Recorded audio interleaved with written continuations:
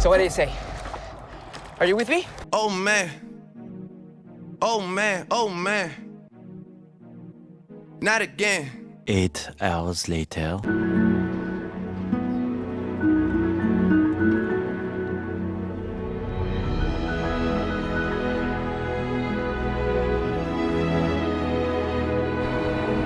I have imagined this moment so long. Is this real?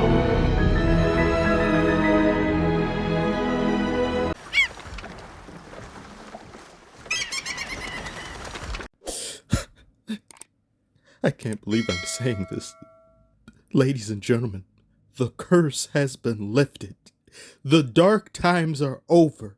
We now have a good anime adaptation. An anime adaptation that I now christen with all my powers as the greatest anime adaptation ever made. I shit you not. I don't need my eyes checked, and I'm not constantly low on chakra and stamina and losing my Renegon. I mean what I say. But if we're being honest, that's not that impressive. Look what your competition is. Sounds to me like blackmail. You're damn right it is, because, Jet, you are black and you are male. Oh dear, what is it? I've spontaneously combusted. One Piece is in my top 5 favorite stories ever told. And the instant I heard this show was being adapted into live action, I was like, you can't do this. This show is too weird. It's too goofy. Cease and desist at once. Abort mission, please. And Netflix is making it. I said, this is going to be an unmitigated disaster. You guys can't even make relatively normal, quote unquote, anime correctly. Then I saw the casting. And I winced in pain because of how good it was. This man is Luffy. Oda himself has christened this man. He said he was born to play Luffy. If I heard Oda say that to me, I turn to stone. Boa's fruit isn't needed. Any creator of anything, of a beloved franchise, a worldwide medium telling you were born to play his main character? Immediately out the gate, I said Luffy is going to be the hardest casted character in this entire show. And they nailed it. And then they nailed Zoro. And then they nailed Nami. And then they nailed Usopp. Then they nailed Sanji. I'm like, oh my god. Oh no. What is happening here? Am I getting hope? Is this what happiness feels like? What joy feels like? And I said, calm down, Dynamo. You can't allow yourself to get invested. This is how they win. This is how they trap us. But then I quickly remembered there hasn't really been any adaptation that's gotten the casting right. No anime adaptation has gotten the casting right at all. Barely.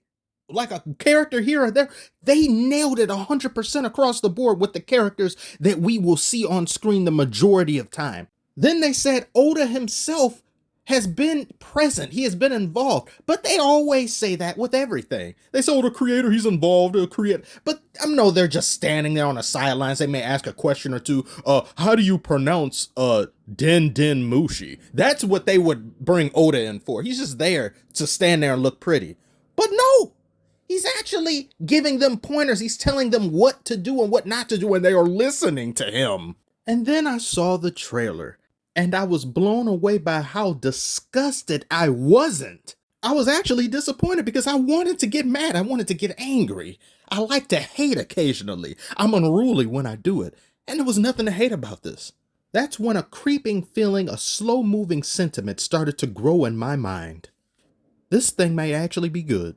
And that it was. It wasn't just good, it was damn near great in certain aspects. B+. Amazing, well-deserved, solid B+ Netflix. I never thought you'd get anything above a D-. A bunch of things that were great and rapid fire. The actors and actresses. You can tell they don't just show up to set reading a script trying to figure out the character. These people are actual fans of the characters. You can look at them on social media and things. They were fans of the characters years before they were ever casted as them. The writing around the characters matches and fits superbly. The people who were the showrunners or the people who are in charge of doing the storyboards and things, they did their due diligence and then some. There wasn't one line, there wasn't one adjective said in these 8 hours that made me look at a character and go like, huh? You don't say that. Huh? You don't do that. I loved how at the beginning of each and every single episode, the title of One Piece was formulated or stylized around the character in question that this episode is about. I appreciated how creative liberties were taken, where it's not a one-for-one recreation of the source material in every single way that the Straw Hats did it. Some things are pushed a little bit farther back, other things are brought forward. Certain characters are just outright not included that I didn't feel like they needed to be included, to be honest with you. A couple of the characters that I can't even remember their names. It's been over 20 years. Leave me alone. The two characters in question that were like calling Zoro Big Brother or something, like, oh, they're not even in here. I don't care. Bye. The kids that were around Usopp, always looking up to him like, oh, Usopp, oh, your adventures and stuff. I would have liked them to have been in here, but they're not. That does save some time. I think they could have added them. They straight up let Mary get killed by Koro. I was not expecting that. I think they could have given him more of a part to play, a bigger role than what he had, but I understand why they did it, because this adds more emotional weight onto the going Mary. The emotional significance of this person being Mary, who cared for Kaya for so long. This is somebody the ship has the likeness of. It's named after the person. So when what happens to the Mary ends up happening, you're like, oh, wow, it hurts even more. That's a change that I like. A big change that they had in here was have Kobe and Helmeppo play a much bigger role than they do in the original story, where we just see them years later. But in here, we keep up with their exploits. And when I say years later, I mean in real lifetime. In the story, this was like a month later, which is ridiculous. One Piece time is, oh my God, that's another video for another day. Buggy plays a much larger role, where he's this link between himself and Arlong and how they get from one thing to the other. They also got rid of the Don Krieg section with him and Mihawk, where he appears in here, but Mihawk quickly dispatches him. We don't have this whole back and forth. The pacing in here is just so much better. One Piece's pacing has always been an issue for me. The manga at times will have some pacing issues, in my opinion, but the anime, my God, that's a monstrosity of is the pirate king of pacing issues is what Toei represents with One Piece. None of that applies in here. Everything moves pretty swimmingly. Everything is pretty smooth. I don't ever think we dwell a little bit too much on one thing or one particular theme or subject. It feels pretty natural. Every episode is an hour long or a little bit longer than an hour, so they have plenty of time to flesh out characters. This Netflix adaptation is decidedly more serious than the actual show is, which I do think to appeal more so to Western audiences is better. They don't completely remove humor and things. There's subtleties with the humor that a lot of the fans and people who followed the show for a long time and read the manga will be like, ha, where somebody who isn't familiar will be like, wait, what's funny? But they just get the character so much that they don't have to be so zany all the time. Though I do feel they can up the zaniness just a little bit with certain characters, Nami being one. Luffy himself can be a little bit more zany. These are nitpicks at this point, because I'm fine if they keep it like this. I ain't got no complaints. Don't mess with the formula now. And when it comes to the special effects look pretty damn good at times. There are times where it looks kind of like I don't know, it kind of fluctuates a bit. That has room for improvement as well. But once Luffy does like one or two gum whips or gum pistols, it just looks natural. You don't even start looking at, oh, that's CGI. It just feels natural, looks natural. There's one point where in order to deflect a cannonball that Garp throws, by the way, yes, they put that in here, of course, they get a lot of the little intricacies and great things right. It looks a little like, it's kind of obviously like, yeah, you could have did better on this, you could have did better on that. Can be improved. Plenty of room to grow, progress, and get better. The budget that they had behind this was sometimes what people would use to justify this being good before actually seeing the trailer. But as anything that we've seen nowadays when it comes to entertainment, be it video games, be it music, be it movies, bigger budget does not necessitate great.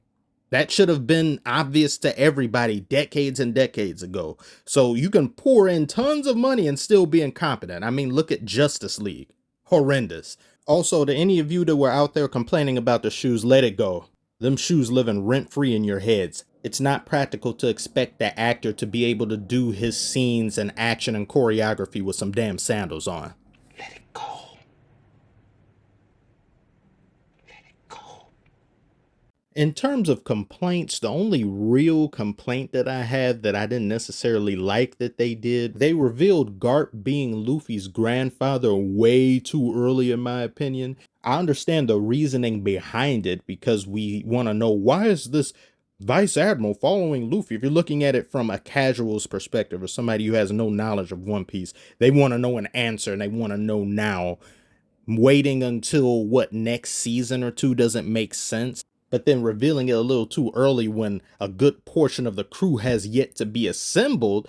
And then what is this just going to get repeated later a little bit? That's a nitpick as well. That's a gripe that I have. That's probably the only big somewhat gripe that I have with it. But other than that, everything else, fantastic job. Deductions being special effects, some wonkiness a little bit, and some stilted dialogue here and there.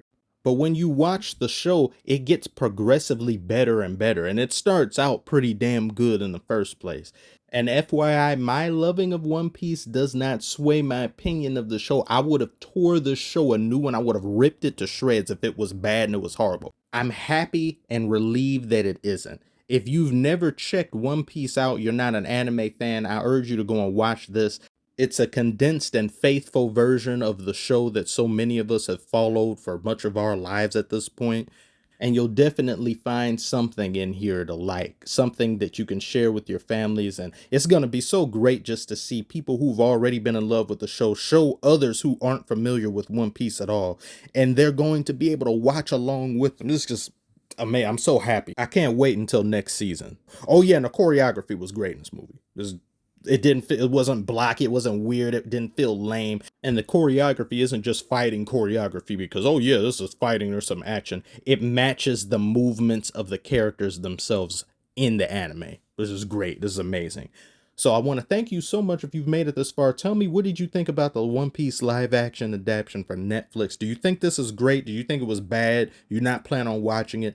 Give me your 100% unbiased, unfiltered opinion below. It is definitely welcomed and appreciated. Like and subscribe if you're new. Great things are in store here. Thank you once again, and I will see you on the next one.